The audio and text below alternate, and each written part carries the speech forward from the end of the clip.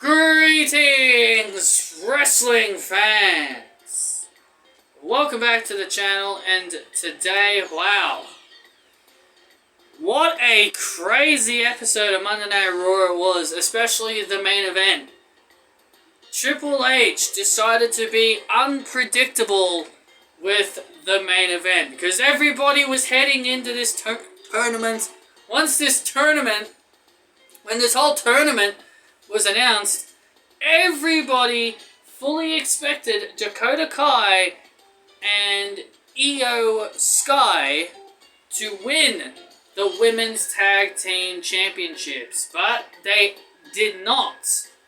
It ended up going to Raquel Rodriguez and Aliyah. I'm more happy for Aliyah than Raquel, because this is Aliyah's first championship in WWE.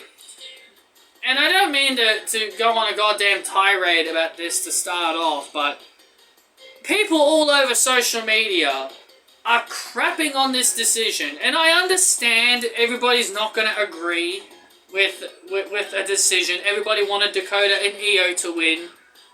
But isn't that supposed to be the point? The point is that we all expected somebody to win, but they don't. But they don't, and that's supposed to be the unpredictability, right? Isn't wrestling supposed to be unpredictable and exciting? Anything can happen? Listen, these people, I just want to straight up say, no fan. There are fans that didn't give a shit about these women's tag team titles from the day they were created in 2018, but the Sasha Banks and Naomi situation just made people want to like the Women's Tag Team Championships, and as soon as they come back into existence, people complain about the tournament being made, people complain about how all the teams except for Bliss and Asuka and Dakota and Io were basically random teams, and then they added Toxic Attraction to it. It just became a big, massive mess.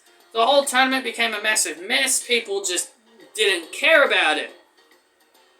See, this is my big problem here with the fans. Like, they've been rallying for these titles for so long because of the Sasha Banks and Naomi situation, and as soon as they're brought back into the fold, everybody starts caring. Everyone's like, oh, Dakota and Io have to win this. And they didn't. And so because they didn't, now no one should care about the Women's Tag Team Championships. This is why I call the fans fickle. Why care? Why rally for a title for so long, but all because of one bad decision, it makes you disagree and you don't want to see these belts anymore?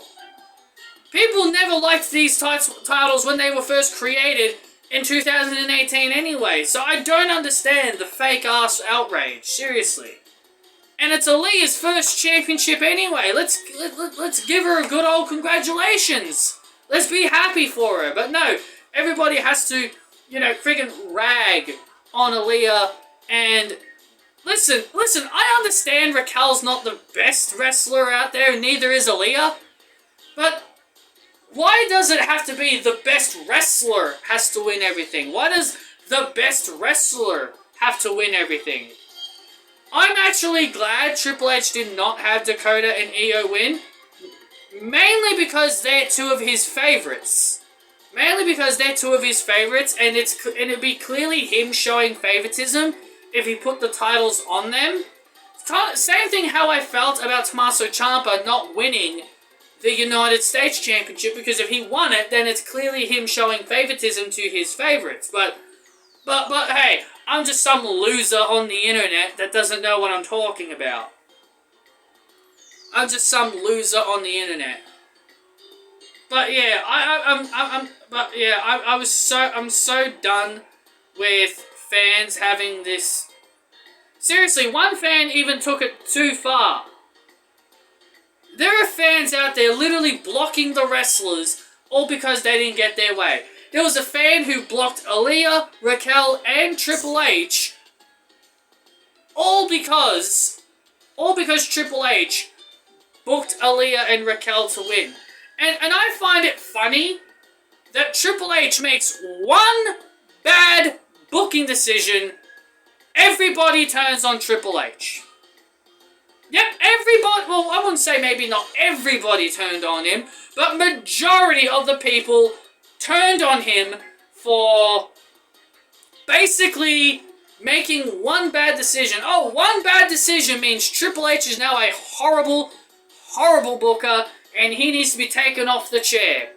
Listen, this is the first time he's made a bad decision. I don't consider this a bad decision.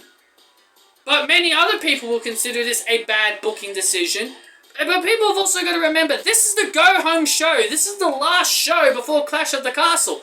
Why should Dakota and Io stand tall on the go-home show when that clearly means Bayley and her faction are not going to win at Clash of the Castle? That's what it clearly would have meant. If Dakota and Io won, then that would have meant Dakota, Io, and Bayley would have lost that Clash of the Castle. With Asuka, Bliss, and Bianca costing Damage Control the Women's Tag Team Championships, that now means Bayley's faction is going to win at the pay-per-view. And besides, what are people freaking out for? Dakota and Io are going to get the titles anyway. They're going to eventually win them.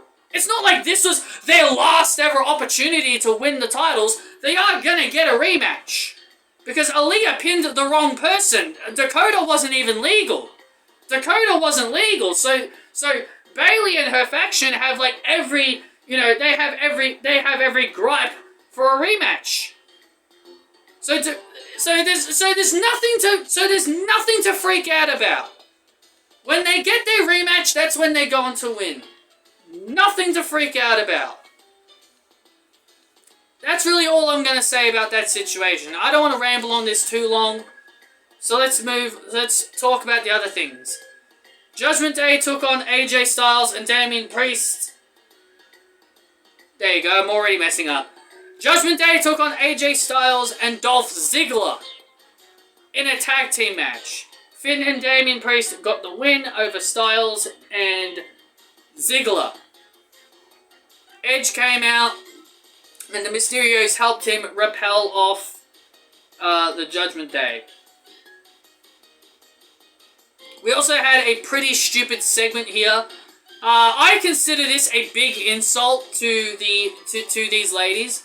Triple H booked Bianca, Bliss, and Asuka against 3 local jobbers. 3 local jobbers. These 3 ladies are basically your top 3 baby faces on this show.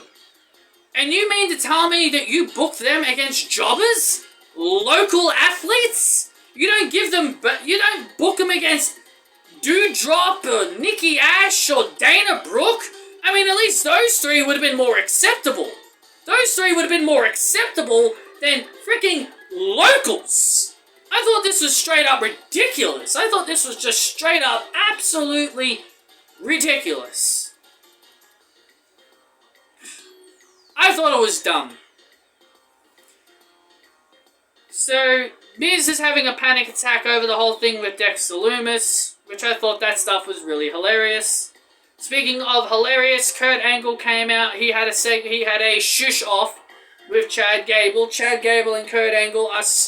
Chad Gable's great. Chad Gable's so hilarious. I don't know why people continue to rag on him or say his character is bad. He is funny. He is hilarious. It's just so funny. It's just so funny. He and Kurt had a shush off. Then the Street Profits came out and it led to a tag team match. A very good tag team match at that. Street Profits and the Alpha Academy. Street Profits got the win. And a very, very good tag team match. It doesn't surprise me the tag team match was booked as good. Was booked so good because Triple H loves tag team wrestling. Seth and Matt Riddle, yes, he actually got his first name back. Matt Riddle got his first name back. They had a little interview, and then Riddle talked about Becky Lynch, and then Seth Rollins fought back, by basically talking about Riddle's wife divorcing him and taking his kids away. I actually had no idea his wife divorced him. I mean, why the hell would I care? But, you know, but that's news to me. And then Riddle goes off and he starts dropping F-bombs on Seth Rollins.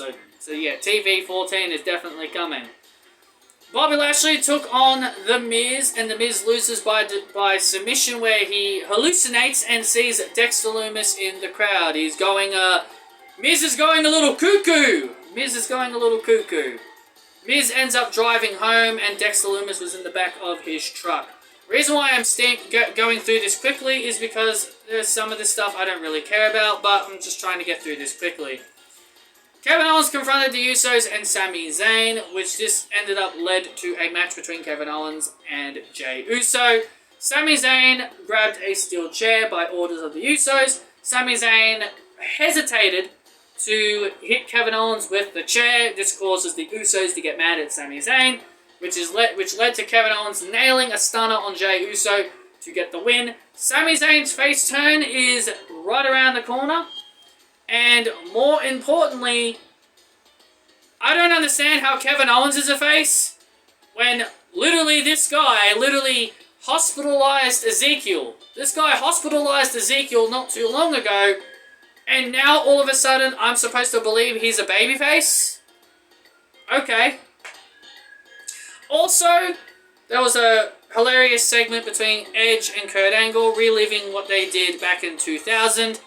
And Ray told Dominic why he picked Edge as his tag team partner against Judgment Day at Clash of the Castle. I see this leading to Dominic Mysterio turning heel. And obviously the main event was the Women's Tag Team Championship match. Aliyah and Raquel Rodriguez ended up winning that. And we already talked about that because fans had a little big massive sook.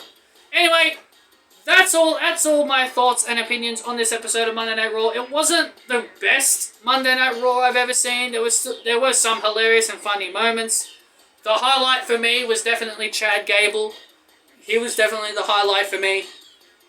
But you guys let me know your thoughts and opinions down below. And I will see you all next time.